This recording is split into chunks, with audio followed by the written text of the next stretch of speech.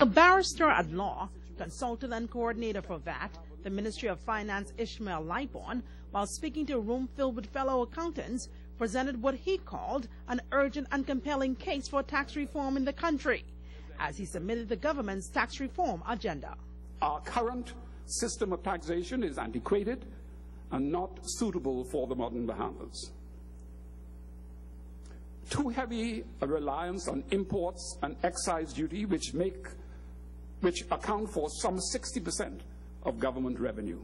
And sixthly, the revenue base is extremely narrow. And finally, the tax system is good-centric and therefore unfair to the poor. But there is more, the fiscal evidence to substantiate the call for sweeping changes.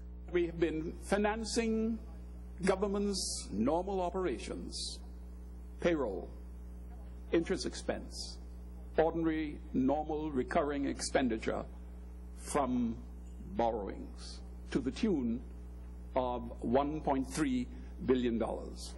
His address generating lively dialogue. Inquiring minds wanted to know the implications of that when it comes to Freeport's free zone area.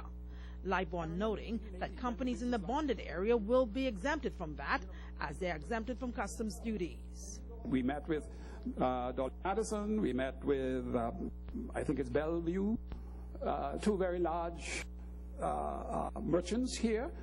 And I mean, all that you hear about Freeport is the legal gymnastics and the legal challenges that are going to, and we were just very pleasantly surprised when we came to Freeport and met two businesses that said, look, this is not a problem for us. The only problem is we may have to have a little bit more time in terms of adjusting our systems. We're prepared to do that and go on collecting and reporting as we do right now for custom duties. However, those businesses outside of Freeport will have to comply, calling them vatable. Lightborn also warned against VAT pre-introductory hysteria. There has been mass hysteria and sometimes frenzied opposition, promoted largely by media personalities, and we hear them all the time, talk show hosts, and sometimes talking out of context. And sometimes it's in the print media as well, raising issues of tax reform and the implementation of value-added tax. But so often that discussion goes on outside of the context of the fiscal position that we are faced with. Officials say that there is an urgent call for tax reform in the country, and failure to do so may result in higher tax increases as well as a reduction in employment in the public sector. Reporting for ZNS Network News, I'm Joan Davis-Rowe. The Coalition of Concerned Citizens launching another attack against the Grand Bahama Power Company. The coalition held the latest in a series of meetings yesterday, assembling leaders of the community to voice concerns regarding the cost of electricity on the island. A coalition of concerned people calling for immediate action from the Grand Bahama Power Company.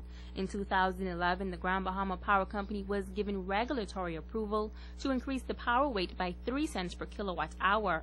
President of the coalition, Pastor Eddie Victor, says that now that Emera has a new 52 megawatts power plant, this increase must be removed. The new power plant was officially opened and dedicated on September 17, 2012. The Coalition of Concerned Citizens is calling for the Grand Bahama Power Company and the regulator to immediately reverse the 3 cents increase that was granted in 2011. The purpose of that increase was to rent temporary generator units. Now there is a new power plant in place, which means that the 3 cents increase is no longer needed to be applied to the bills of electricity customers. Evangelist Dexter Edwards adding that he believes that the Grand Bahama Power Company is taking advantage of the residents. He says people should not be burdened and suffer for the sake of a company making a profit. I believe that the Grand Bahama Port Authority and the power company alike, they have strived on the back of the Grand Bahamian citizens, the Grand Bahamian residents. And it is us, the people, who has made the Port Authority and the power company what they are today. We are the cash cow for Grand Bahama. So we, the citizens of Grand Bahama, who has put the monies into the pocket of those, the powers to be, we are saying that you have to deal with us justly. We ask that you deal with us fairly, because without us, the people, there will be no you. Pastor Victor is accusing the Grand Bahama Power Company of holding the people of Grand Bahama in bondage and says this should not be allowed to continue. This company that is apparently in control of Grand Bahama Power Company, they are driving their business, and it's a business, based on profit and not people. Let's look at this. If thousands of people are out of power, how is the company making more profit? You got to ask yourself that question. Which means that those who are on, who are blessed to have their power on, they're paying the brunt of the profits of the Grand Bahama Power Company. But the power company is refuting the coalition's claims, noting that the management takes the misrepresentation of information seriously. Officials say based on latest data, 500 customers or 2% of its customer base are without electricity. As it relates to the allegations that there remains a 3-cent charge in rates for rental generation, the power company says those charges were removed in July 2012 when management finalized the new regulatory framework agreement.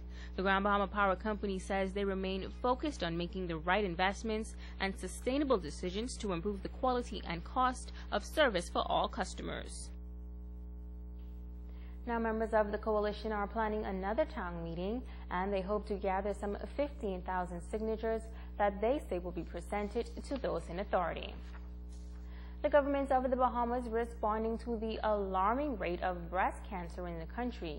Yesterday, the Public Hospitals Authority unveiled a high-tech piece of equipment that is expected to play a vital role in the fight against breast cancer. Sabrina Brown reports. The Bahamas is the only country in the region to have the state-of-the-art digital mammogram machine. One at the Princess Margaret Hospital in New Providence, and another was officially commissioned at the Grand Bahama Health Services on Thursday. Minister of Health Dr. Perry Gomez says studies show that the Bahamas has the highest rate of the BRCA1 gene per capita in the world. He says 23% of women tested inherited the disease compared to only 3% in the United States. Also, 43% of women who die from breast cancer in the Bahamas are under the age of 50. The health minister says this means that women in the country are developing the disease at an early age, and it must be determined at what age women should begin testing for breast cancer. Dr. Gomez says members of the radiology department have been fully trained to operate the high-tech machine, and health officials are already seeing the benefits of this advanced technology. With the new digital machine, the number of screenings per month when compared to last year with the use of the analog machine has increased by about 25% for the same period. And so because of the increase in usage, and I guess that's due to the work of all the NGOs working